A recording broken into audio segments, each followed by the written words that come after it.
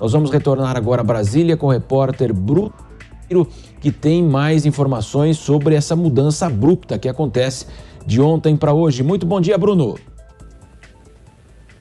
E radical, né? Você, um ótimo dia, excelente quinta-feira que acompanha o Jornal da Manhã, segunda edição. Essa história que continua rendendo a chegada de Daniela Marques, de 42 anos, experiente no mercado financeiro há cerca de 20 anos, atuou no Rio de Janeiro, de extrema confiança do Palácio do Planalto, assessora do ministro da Economia, chega à frente da Caixa Econômica com algumas alterações radicais e principalmente em relação a essa auditoria, né? A quem recebe essas informações de como esses assédios estavam acontecendo ali no interior dessa agência aqui na capital federal. A gente já adiantava essa informação hoje no Jornal da Manhã, que de fato até existia essa ouvidoria, só que ela foi esvaziada e ficou somente a corregedoria. E ali esse servidor, esse funcionário, ele recebia as informações, várias denúncias e não dava nenhum andamento, não era repassada à comissão de ética para que fossem apuradas de fato, né? Então, com a saída do ex-presidente, chega a nova presidente com essa missão de repaginar, de alterar essa equipe e muito claro, tirando ali as pessoas que eram ligadas diretamente ao ex-presidente. A gente relembra que as 5 vítimas que estão sendo ouvidas, investigadas, essa história toda, eram ligadas diretamente ao ex-presidente, eram algumas gerentes regionais, gerentes do interior e gerentes que ficavam aqui mesmo na capital federal. Então, toda essa história começa a ser repaginada. Eu conversava com alguns integrantes ainda que diziam que o mais importante neste momento é restaurar o nome da Caixa Econômica Federal e não ligar o nome da instituição a esse ex-presidente, né, que agora já está fora e segue sendo investigado. A gente continua acompanhando como essas mudanças vão acontecer, a expectativa que isso já aconteça ainda nesta quinta-feira.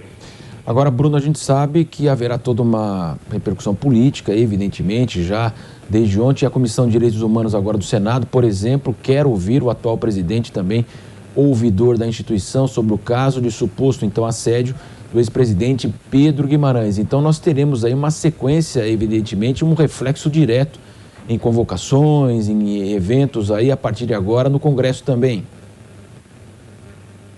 Isso é rápido demais, esse ritual, né?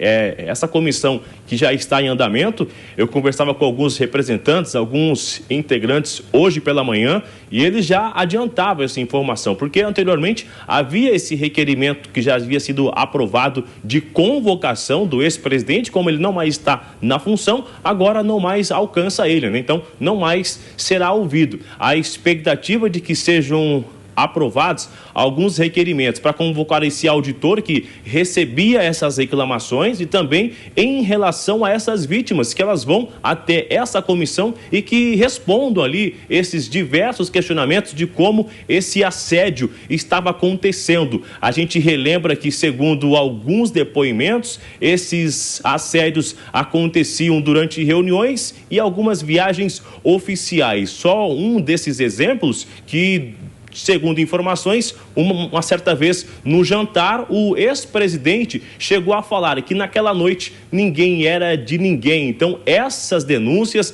essas informações serão apuradas. E também se existia um interlocutor, que era quem levava essas informações até essas funcionárias. E logo depois o ex-presidente recebiam elas em alguns locais específicos, restaurantes e até mesmo em uma sauna durante uma viagem oficial. São várias revelações e aí o ex-presidente acaba se vendo no meio de um escândalo, o centro de um escândalo realmente à frente da Caixa Econômica. A gente relembra que assim que essas revelações foram divulgadas, foram feitas, houve até uma certa resistência. Ele ainda insistia em continuar à frente da agência e enquanto ele se explicava, havia essa resposta. Só que aí houve realmente uma força-tarefa a fim de limpar limpar a imagem do governo e logo na sequência apresentar uma substituta, como isso aconteceu. Logo que veio essa exoneração, já veio também o nome da nova chefe, a nova presidente que vem lá do Ministério da Economia. A gente continua acompanhando essa investigação durante esta quinta-feira e ao longo de toda essa semana. Bruno Pinheiro, daqui a pouco você volta conosco aqui na programação da Jovem Pan. E para comentar as notícias nesta quinta-feira, 30 de junho, nós já temos o contato com a Cristina Grêmio. Cristina, prazer tê-lo conosco aqui no Jornal da Manhã, segunda edição. Cristina. Obrigada, bom dia, Marcelo, a você e a audiência do Jornal da Manhã, segunda edição.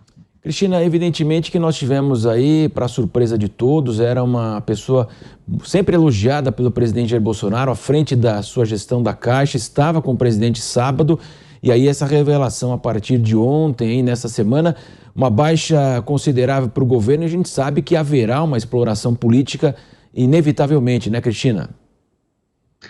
Mas veja, Marcelo, a exploração política, nesse caso, eu acho absolutamente vazia. É um caso muito pessoal. Não tem como associar o presidente Bolsonaro, como ficam tentando fazer em outros casos aí, jogar tudo no colo do presidente. Me desculpe, mas quem fizer isso está dando tiro no próprio pé e mostrando que é hipócrita. Além de estar tentando pedir o voto do eleitor, está mostrando para o eleitor que é hipócrita e desleal na disputa, porque não é assim que se disputa um cargo político. Em relação ao Pedro Guimarães, sim, é uma perda para o governo, foi um gestor altamente gabaritado, de muitos resultados. A gente tem... a Caixa Econômica Federal era deficitária, como todas as empresas estatais, e hoje em dia é lucrativa, fez um belíssimo trabalho durante a pandemia, incluiu milhões de brasileiros no sistema bancário, às pressas, a toque de caixa, para poder distribuir o auxílio emergencial num momento muito duro para as famílias brasileiras, em que prefeitos e governadores fecharam as cidades, impediram as pessoas de trabalhar. Era para ser por 2 semanas e aquilo se prolongou por meses, até anos, em alguns casos 2 anos inteiros. Então ele, Pedro Guimarães, tem sim um trabalho excelente que deixa para trás, o que não desmerece a acusação. Precisa ser investigada, precisa ir a fundo, inclusive precisa ser apurado se essa investigação realmente, se essa denúncia realmente tem já alguns meses e por que não foi adiante, ou se foi adiante porque era mantida em sigilo, e se era necessário sigilo, que eu pessoalmente acho que é bastante necessário em casos como esse, porque vazou, por que a imprensa agora traz isso à tona, com que interesse, quem está por trás desse interesse, isso tudo precisa ser investigado a partir de agora. Em relação a Daniela Marques, que é quem assume a presidência da Caixa, só elogios de dentro e de fora do governo, para quem conhece a Daniela. Nós aqui da Jovem Pan já tivemos o prazer de entrevistá-la em alguns momentos, uma pessoa muito técnica, muito conhecedora do ambiente, do universo ali de trabalho a que se dedica, com um currículo bastante invejável, braço direito do ministro Paulo Guedes, desde a época de transição, desde o governo de transição, parece que já trabalharam juntos na iniciativa privada, então há uma relação de confiança também que vem de longa data, e espera-se que continue a boa gestão que Pedro Guimarães fez à frente da Caixa Econômica. Eu só queria fazer um adendo, Marcelo, porque ontem eu já vim fazendo esse mesmo discurso aqui, precisa investigar, mas também não podemos deixar de lembrar que à frente da Caixa, Pedro Guimarães foi um excelente gestor, e eu vi nas redes sociais algumas pessoas tentando dizer que eu estava defendendo assediador. Primeiro, eu não acuso as pessoas sem provas, eu não tenho provas. Segundo, eu não condeno sem julgamento, até porque eu não sou juíza, então não vou fazer isso. Eu estou dando um parecer de quem está olhando de fora, pedindo investigações, falando que são necessárias, mas nem por isso, mesmo que ele seja culpado, e lamento se for, nem por isso ele deixa de ser um bom gestor, deixou um trabalho belíssimo na Caixa.